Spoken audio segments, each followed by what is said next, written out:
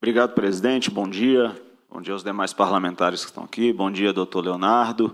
Bom dia à população do Distrito Federal que nos assiste pelo YouTube, pela TV Câmara Distrital.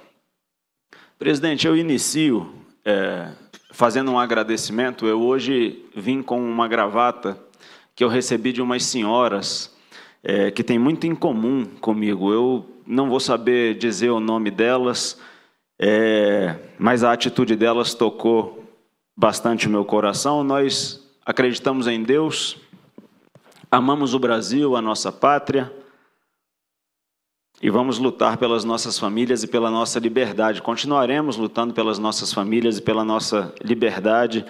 Elas me deram essa gravata, agradeceram pelo trabalho que a gente realiza aqui nessa Câmara Distrital. Eu me senti muito honrado e decidi vir trajando a gravata que delas recebi nessa reunião da nossa CPI. Doutor Leonardo, eu queria, antes de fazer as perguntas, vou só ponderar algumas coisas aqui para a gente partir todos das mesmas premissas. Então, só em relação às perguntas que o nosso relator, o deputado Eulando, fez, a respeito da coincidência que une todos os atos, dia 12, dia 24, que não está sendo investigado aqui, mas foi objeto de 500 perguntas, e o dia 8 de janeiro. As pessoas que estavam no quartel-general no dia 6 de janeiro eram 150, acrescidas de outras 150 que iam lá porque tinha comida de graça. Tais são os depoimentos da Polícia Militar, do Exército Brasileiro, trazidos a essa CPI, mediante comprovação de imagens a que nós tivemos acesso. Então, um grupo é o que estava acampado no QG, outro grupo é o que desceu, e na fala do doutor Leonardo, ele deixa isso claro, quando ele diz que aquelas pessoas chegaram aqui nos dias 6, 7 e algumas no dia 8 de janeiro. Importante sempre a gente fazer essa ressalva. Eu acho interessante também que algumas pessoas estivessem, em especial o Wellington de Macedo, um criminoso que estava com a tornozeleira eletrônica, tivesse hospedada na rede hoteleira aqui de Brasília com a sua esposa. São tantas coincidências nesses acontecimentos que eu não acredito que são coincidências. Então, a gente tem lá o Wellington hospedado na rede hoteleira de Brasília. Aí, a gente tem que acreditar que, por uma coincidência, doutor Leonardo, naquele dia 12, que era o dia da posse da diplomação do presidente Lula, a Polícia Federal resolveu prender o índio, o indígena, sem avisar as forças de segurança do Distrito Federal. Então, o indígena foi preso, por coincidência, nesse dia 12, dia que o Lula seria diplomado. E aí essas pessoas, entre elas o Wellington de Macedo, que estavam hospedadas na rede hoteleira do Distrito Federal, decidem ir para o prédio da Polícia Federal cometer atos de vandalismo. Também por uma coincidência, na mesma data, outras pessoas que também estavam hospedadas na rede hoteleira decidiram adotar táticas conhecidas por todo o Brasil, utilizadas pelos Black Blocs. Coquetéis molotov, estilingues, bolas de gude, tudo sendo usado. Pedaços de madeira para quebrar veículos que estavam estacionados. Tudo isso aconteceu no dia 12. É muita coincidência para ser coincidência. E, de vez em quando, esse rapaz, o Wellington de Macedo, ele ia até o quartel-general. Vez por outra, ele passava lá. E, dentre essas idas lá, ele conseguiu organizar e bolar esse plano da bomba do dia 24. Ele pensou assim, eu vou explodir, vou arrumar aqui um pessoal aqui nesse quartel-general e a gente vai explodir um caminhão-tanque, ou seja lá o que for. Acionaram o dispositivo e o dispositivo não funcionou. Que coincidência. Os caras fizeram uma bomba, acionaram o dispositivo e o dispositivo não funcionou. Mas tem uma outra coincidência também. Eles mesmos avisaram a polícia. Rapaz, que história, viu? Mas a gente tem que acreditar que assim, é um negócio fora do comum. Então, eles se arrependeram. Não dá para saber se o arrependimento foi prévio e eficaz, arrependimento eficaz, aquela figura do nosso direito penal, ou se foi posterior. Não dá para saber se o crime foi tentado ou não foi tentado. Não dá para saber se o caminho do crime parou antes da tentativa ou depois da tentativa. A gente não tem elementos para isso. A gente só tem todas essas coincidências que permeiam o dia 12, o dia 24 e depois o dia 8 de janeiro. Bom, doutor Leonardo, toda invasão a prédios públicos, em especial aos prédios que configuram os 3 poderes do Brasil, Palácio do Planalto, Supremo Tribunal Federal, Congresso Nacional, pode ser caracterizada como uma tentativa de golpe?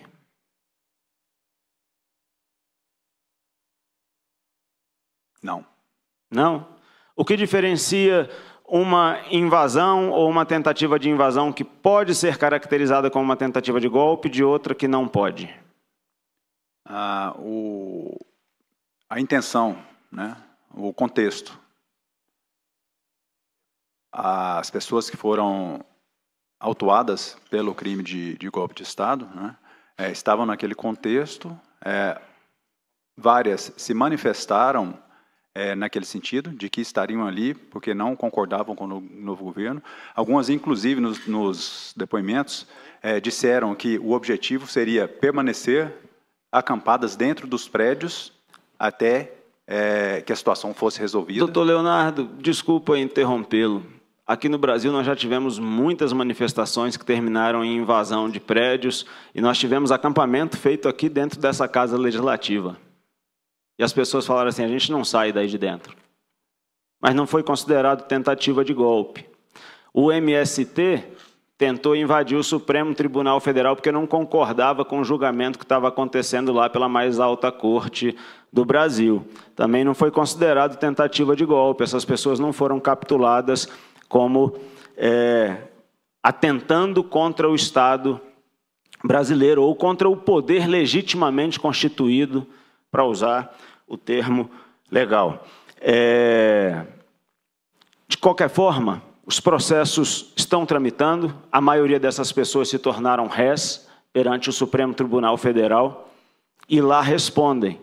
E, não obstante, não tenham prerrogativa de foro.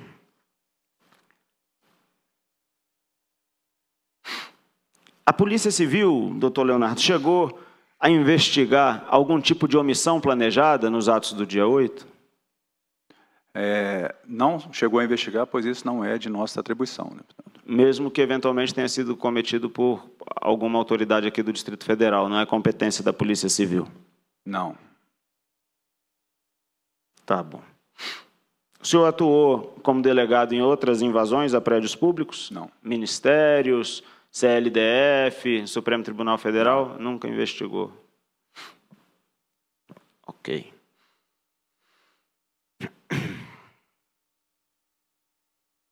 A Polícia Civil tem a lista dos criminosos que estavam hospedados nos hotéis no dia 12 do 12, na rede hoteleira do Distrito Federal? Dentro dessa investigação inicial do dia 12, nós, à medida que identificamos aquelas pessoas, aquelas que conseguimos comprovar que estavam hospedadas nos hotéis, isso foi informado nas representações, né, e estão nesse inquérito que foi encaminhado à Polícia Federal. Então, eu acredito que ali pelo menos 5 ou 6 pessoas nós identificamos que estavam hospedadas nos hotéis, na rede hoteleira. Dentre elas, o Wellington Macedo. O senhor poderia fornecer para a gente o nome dessas pessoas? Primeiro, esse inquérito continua em sigilo, né? E agora a cargo da Polícia Federal. Mas eu realmente não me lembro quais seriam essas pessoas. A que eu me lembro é o Wellington Macedo. O único que o senhor lembra é o Wellington Macedo? Sim, porque ele foi investigado também na ocasião da colocação do artefato explosivo.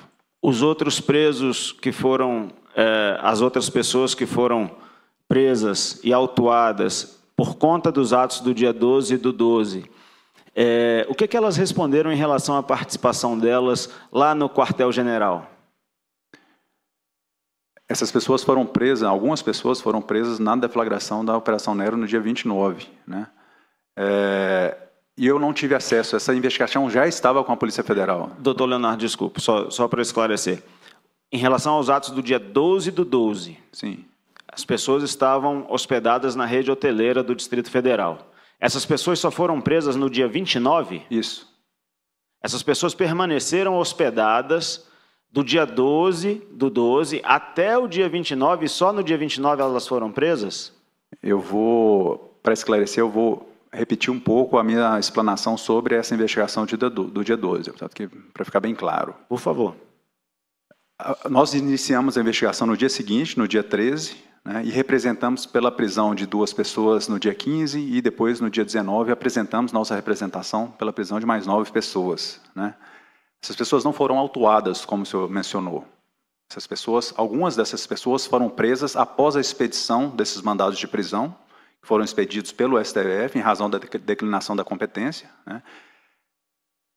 Essa operação foi deflagrada no dia 29, algumas pessoas foram presas, né? Só uma pessoa ainda estava no Distrito Federal, ela foi presa em via pública. Ah, tá bom. Então essas pessoas retornaram aos seus estados, elas estavam hospedadas aqui, retornaram aos seus estados e foram presas no dia 29, só uma aqui em Brasília, o restante cada um nos seus estados. Sim, e como eu havia dito, nós da Polícia Civil, participamos apenas da deflagração da operação, do cumprimento dos mandados de busca e de prisão aqui no Distrito Federal, né? As diligências foram realizadas em outros estados por equipes da Polícia Federal, né? Algumas pessoas dessas que estavam com mandado de prisão foram presas, algumas não foram presas naquele dia. Eu não sei, depois daquele dia, porque a polícia continua investigando e procurando essas pessoas que, a partir daí, são consideradas foragidas, né? Como o inquérito está em sigilo e não houve, pelo menos que eu me lembre, divulgação na imprensa de prisão de outras dessas pessoas, eu não sei quantas foram presas dessas 11 que estavam com mandado de prisão expedido pelos atos do dia 12. Tá bom.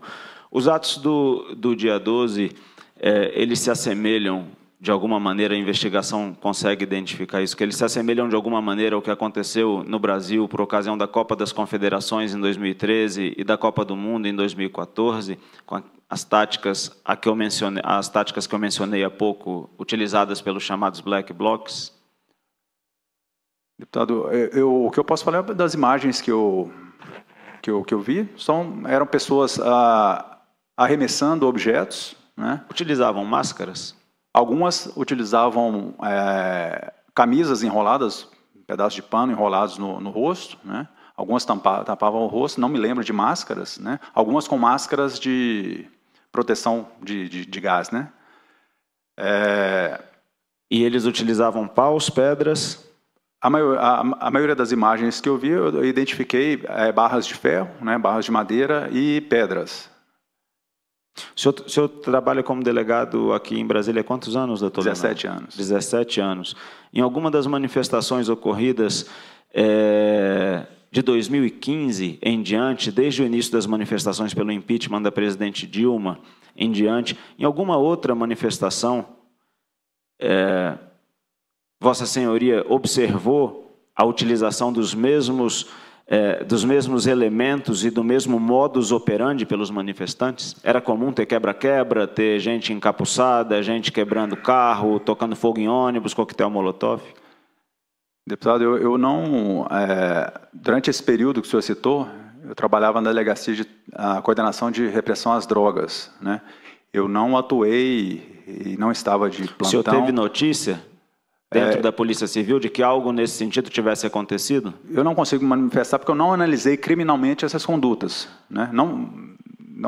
Não recebi essas condutas para uma análise jurídica sobre isso, né? Então, e nem me lembro das imagens da época. Então, nenhuma vez como delegado o senhor ouviu dizer que das manifestações de 2015 até 2022 houve quebra-quebra, houve cometimento de crime? O senhor não tem conhecimento disso? Eu me lembro que houveram algumas outras manifestações onde houveram atos violentos em outras manifestações desde 2015 ou antes, né? Desde a época da Copa do Mundo, pouco antes da Copa do Mundo, né?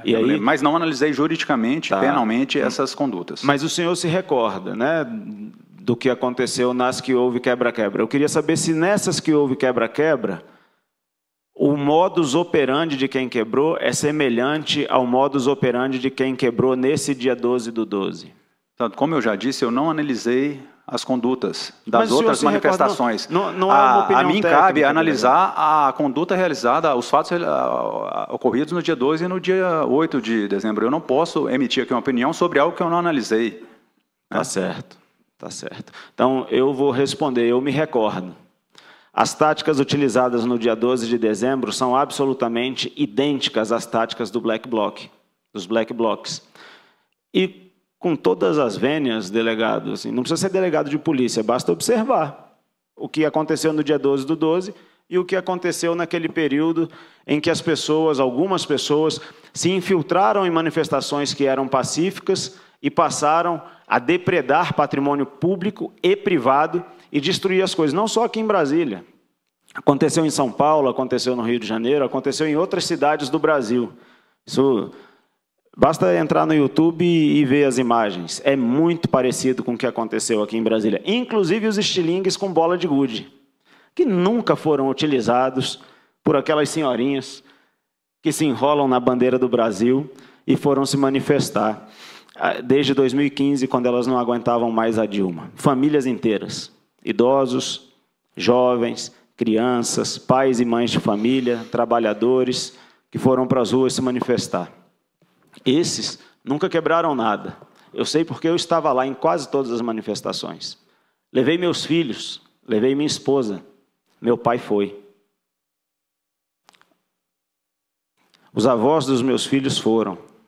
São pessoas honestas, dignas, trabalhadoras, nunca arremessaram uma pedra, nunca usaram uma barra de ferro para quebrar nada, nunca invadiram nada. Aliás, eu condeno as invasões, condeno as depredações também. Quem cometeu crime tem que responder pelos crimes que cometeu, isso é verdade. Mas a maioria esmagadora das pessoas que passaram por aquele quartel-general são pessoas que estavam rezando mesmo, é verdade.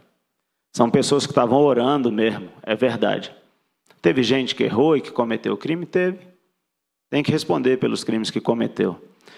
Mas eu ficaria muito feliz como brasileiro e parlamentar que a nossa justiça desse a eles o mesmo tratamento que deu aos outros que invadiram. Houve invasão de ministério, sim, depois de 2015. Quem fez a invasão foi a esquerda. A tentativa de invadir o Supremo também foi a esquerda. As invasões nessa casa aqui, o acampamento que foi feito aqui, foi da esquerda. Eu gostaria muito que a nossa justiça tratasse de igual modo polos políticos opostos, ideias opostas. Aliás, esse é o conceito de Estado de Direito. Todos são iguais perante a lei. E eu encerro, presidente, fazendo algumas observações, e não posso me furtar a falar do general do Lula, que teve aqui, o general Gonçalves Dias. E na última reunião da CPI eu não podia dizer o que vou dizer agora. Mas ele mentiu para a gente, mentiu na nossa cara de maneira deslavada. A gente não tinha acesso ainda às mensagens que ele enviou. Não é só que ele recebeu mensagens informando o que ia acontecer no dia 8 de janeiro, presidente Chico. Ele enviou mensagens. Ele enviou mensagens, alertando sobre os riscos do 8 de janeiro. Então, ele envia mensagem,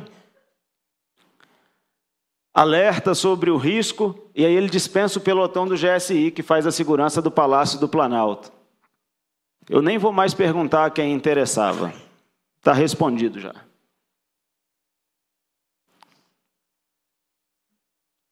O Brasil é um país que hoje tem pouca liberdade. Pouca liberdade. As pessoas estão reféns do medo. As pessoas pensam 500 vezes antes de fazer uma postagem em rede social. As pessoas querem se manifestar, mas se sentem com medo. Têm medo de ser presas, têm medo de ser retiradas daqueles a quem amam, a sua própria família. Querem lutar pela sua pátria, querem lutar pela sua nação, querem lutar pelo que acreditam, mas estão com medo. Mas ainda há um pouco de jornalismo livre no Brasil. Nós ainda não chegamos no ponto da Venezuela e da Nicarágua, que a imprensa só pode publicar o que o governo quer. Então houve uma publicação da CNN que mudou os rumos da investigação do dia 8 de janeiro. Foi a publicação das câmeras internas do Palácio do Planalto. Foi por causa daquela publicação da imprensa, aliás, uma imprensa livre é o retrato de um país livre. Quanto menos livre é a imprensa em um país, menos aquele país é livre, menos aquela população tem liberdade. Me preocupa que a nossa imprensa seja muito pouco livre hoje. Às vezes, por conta da força e do poder jurídico-político da nação, e às vezes por causa do poderio financeiro do governo. Isso é uma lástima para o Brasil, mas ainda existe um pouquinho de liberdade. E com essa liberdade, a CNN mostrou os vídeos que mudaram o rumo das investigações. Porque se aquele vídeo não aparece, ia estar tudo na conta da Polícia Militar do Distrito Federal e daqueles que são chamados de maneira pejorativa por quem deveria investigar, mas que já partiu das conclusões. São chamados de tudo quanto é ista, eu não vou repetir aqui os istas. A conclusão já estava tirada, já estava formada, mas graças a Deus a imprensa mostrou. E hoje a imprensa mostra de novo. Hoje a imprensa mostra que o general do Lula informou sobre o perigo. Imagina alguém, olha que coincidência, alguém que informa sobre o perigo e dispensa o pelotão.